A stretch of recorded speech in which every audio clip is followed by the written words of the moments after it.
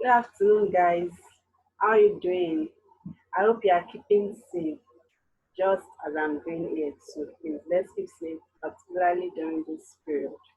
All right, today we are going to be discussing one of our topics, and the topic is summary writing. Topic is summary writing, and the subtopic is the do's and don'ts of summary writing. We are going to be looking at the do's and don'ts of summary writing, what you should do and what you shouldn't do in answering your summary questions.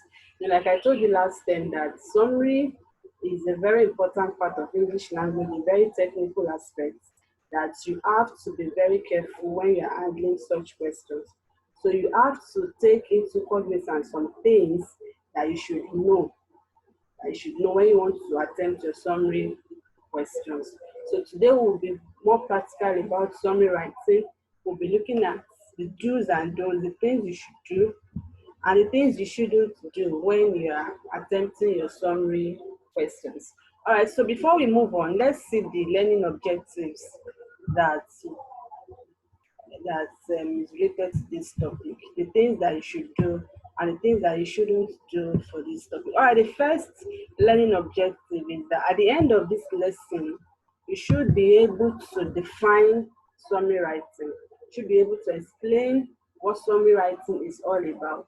The number two objective is that at the end of the lesson, you should be able to highlight the do's and don'ts. The do's meaning the things that you should do when you're attempting your summary questions, and the don'ts means the things that you shouldn't do when you're attempting your summary questions. Then I'm going to give you an exercise at the end of the class. So with what we have learned during the lesson, you should be able to attempt the exercise. You should be able to answer the summary writing questions. So that will be our third learning objective. So all right, let's go into the class in detail now. All right, the first thing we are going to look at is our definition. What is summary writing? Summary writing is the ability to state the main points, not the details of a passage or a piece of writing. Summary writing is the ability to state the main points and not the details of a passage or a piece of writing. Now, before we can talk about summary writing, we have to have a piece of writing, a passage. All right, the length of the passage varies. So you have to have a passage, and then the first thing you are going to do in your summary writing is that you will read the passage. Now, when you read the passage, you ensure that you comprehend the passage, and you ensure that you get the key points, you get what the message that the writer is trying to pass across. Now, another basic thing about summary writing is that examiners want to know how you can, bring up your own ideas in line with what the passage is all about. They want you to express the passage in your own words. That is summary writing. Now, when we ask you to do a summary of the passage, we don't mean that you should just extract a paragraph or extract maybe one or two lines directly from the passage.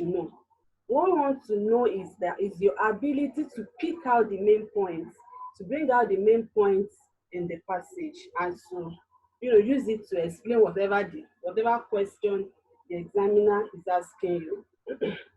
All right, so as we proceed, let me take the definition again. That summary writing is the ability to state the main point. So after you've read your passage, you should be able to state your main points.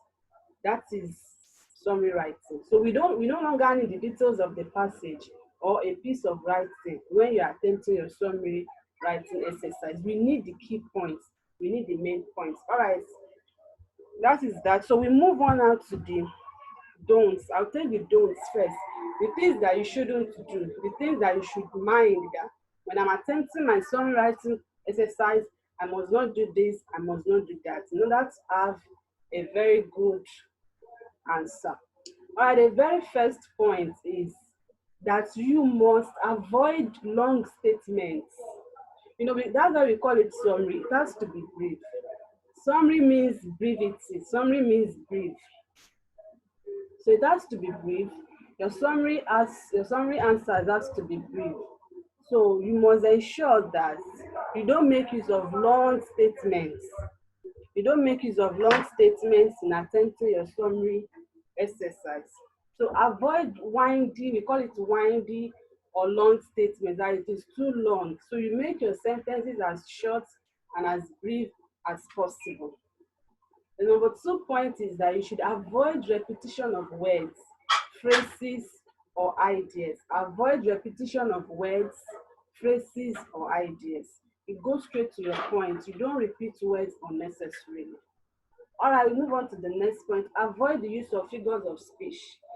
We talked about figures of speech last time for some of it are in the literature class, and we mentioned some like simile, metaphor, and all of that. Now, when you're attempting your summary writing, you don't use any of this to describe your statement, to whatever in whatever way you want to. You think you don't use figures of speech because you are trying to make the sentences as brief as possible. Another point is that you don't lift your answers directly from the passage without any modifications. Without any modifications. Earlier I told you that when we ask you to answer summary questions, we don't want you to lift from the passage. We don't want you to lift some lines or some paragraphs from the passage. No.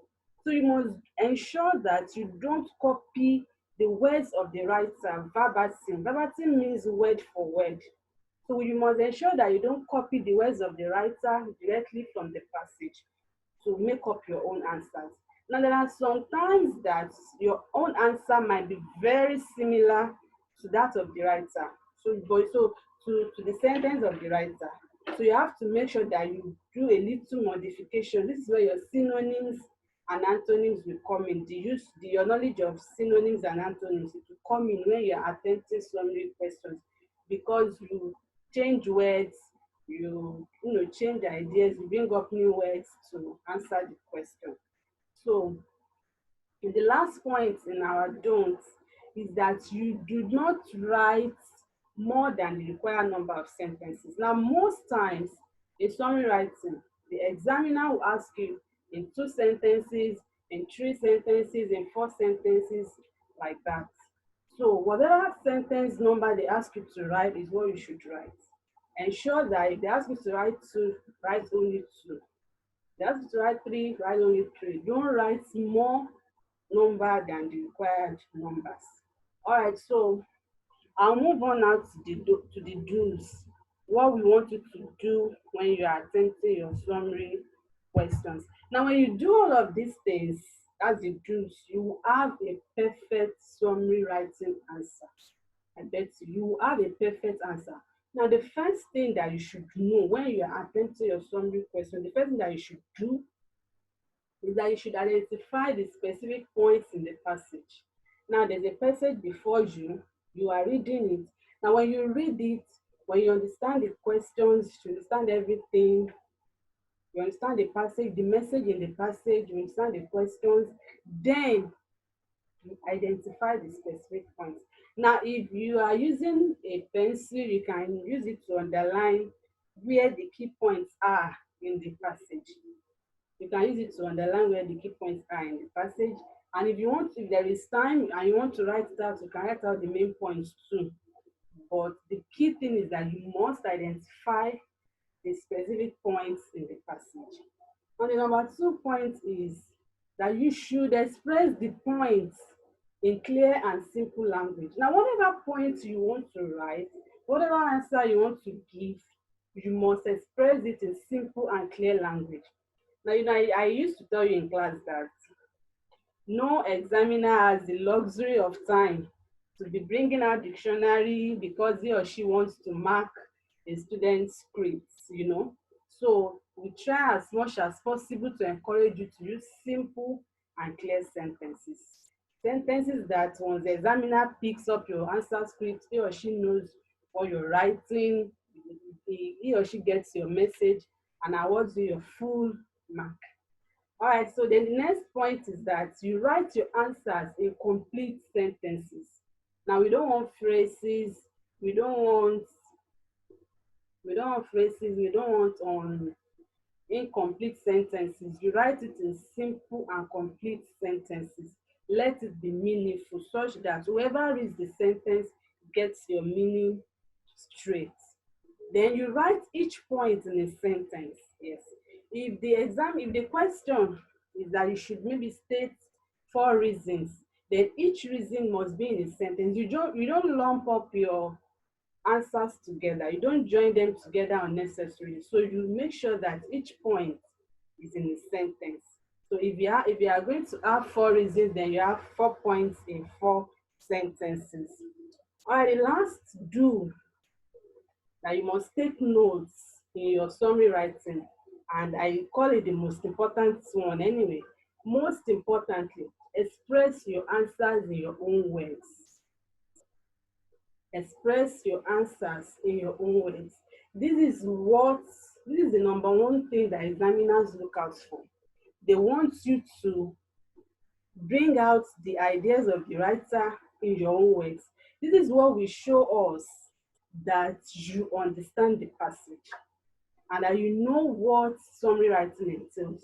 So you must be able to reproduce the answers in your own words, no lifting, no copying from the passage. All right, so that is that about summary writing. Take your time, run through your notes again, get the do's, get the don'ts, get the meaning of summary writing itself, and then take several exercises. Go to your English textbook, pick up several passages, and use it to practice. I used to tell you that English is all about practice. When you keep doing it, over time, you get used to it. There is nothing, difficult in this. So I'm going to leave you with an assignment in your SS1 English project textbook. You're going to turn to page 58. There's a passage there on page 58. So the passage runs through to page 59.